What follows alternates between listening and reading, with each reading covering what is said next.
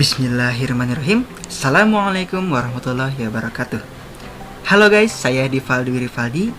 Di sini saya akan menjelaskan mengenai infografis hasil review 3 jurnal untuk tugas dari dosen saya.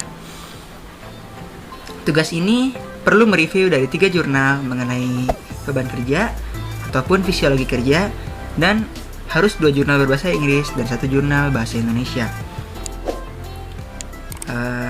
3 jurnal tersebut adalah jurnal dari yang pertama, yaitu skripsi dari Pratiwi 2016, lalu penelitian dari Puma tahun 2018, dan juga penelitian dari Wong tahun 2020. Tiga dari jurnal ini telah direview dan diringkas menjadi suatu kesimpulan mengenai efek multitasking pada kinerja. Berikut infografisnya ya. Nah, infografisnya adalah bagaimana efek multitasking pada kinerja. Apakah menurut kalian itu baik ataupun enggak? Nah, ternyata efek multitasking itu bergantung pada pekerjaannya. Yang pertama nih ya, seorang perawat itu membutuhkan multitasking karena saat mereka melakukan multitasking, performance mereka dalam bekerja itu meningkat. Contohnya nih, perawat tuh perlu bisa untuk mengkomunikasikan sesuatu kepada keluarga pasien misal, atau perawat juga perlu mendata administrasi, dan juga perawat juga perlu untuk membantu pasien ataupun membantu dokter dalam memindahkan alat. Kayak gitu. Makanya perawat itu perlu banget multitasking untuk menambah performance mereka. Lalu contoh lainnya yaitu pekerjaan akuntansi atau seorang akuntan. Seorang akuntan ternyata berbeda dengan perawat. Mereka tuh kalau bisa sih nggak boleh multitasking ya. Jadi mereka perlu fokus dalam satu hal karena pekerjaannya itu teliti dan mendetail. Yang mereka lakukan itu adalah menghitung beberapa angka yang sangat banyak, dan jika angka itu berbeda saja maka neracanya nggak akan balance. Oleh karena itu mereka perlu fokus dan juga teliti. Mereka tidak baik dalam melakukan multitasking. Seorang akuntan tuh harus fokus, kayak gitu. Nah, lalu bagaimana nih dengan kita atau seorang pekerja pada bidang industri? Seorang pekerja pada bidang industri ternyata bergantung pada beban kerja yang diberikan kepada mereka. Nah, seorang peneliti yang bernama Puma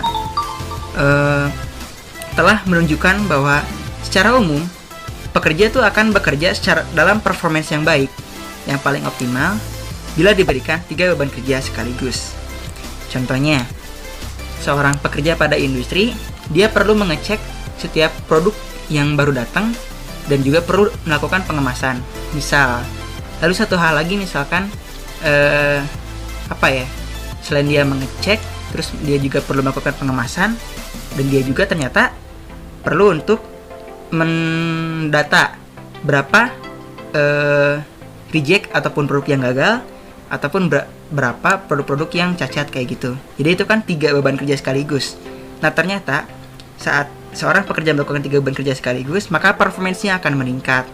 Karena saat diteliti, jika diberikan 2 beban kerja saja atau 1, maka pekerja akan mengalami kebosanan dan juga performance yang semakin lama tuh semakin menurun seiring berjalannya waktu. Lalu setelah dilakukan percobaan lagi setelah 3 kali, yaitu jika ditambah 1 lagi beban kerja atau 4 kali, ternyata pekerja tuh berkurang performance-nya. Mereka malah kecapean, malah tidak fokus, dan ternyata sangat menurun drastis grafiknya itu. Nah, jadi 3 beban kerja adalah yang paling optimal. Dapat disimpulkan bahwa multitasking ternyata berpengaruh pada kinerja. Nah, oleh karena itu, seorang manajer perlu mengerti kapan harus menambah beban kerja dan kapan harus mengurangi beban kerja pada setiap posisi pekerjaan staff-staffnya. Nah, gitu. Oleh karena itu multitasking juga sangat berpengaruh nih kepada kinerja ataupun performance working gitu.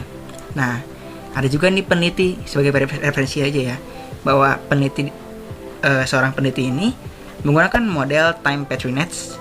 Nah, model ini merupakan model sistem yang lebih ke sistem informasi sih. Nah, ternyata dengan menggunakan model ini, mereka dapat mengoptimalkan beban mental yang diberikan pada pekerja agar si pekerja itu dapat bekerja secara baik dalam sistem multitasking. Jadi, seperti menggunakan simulasi.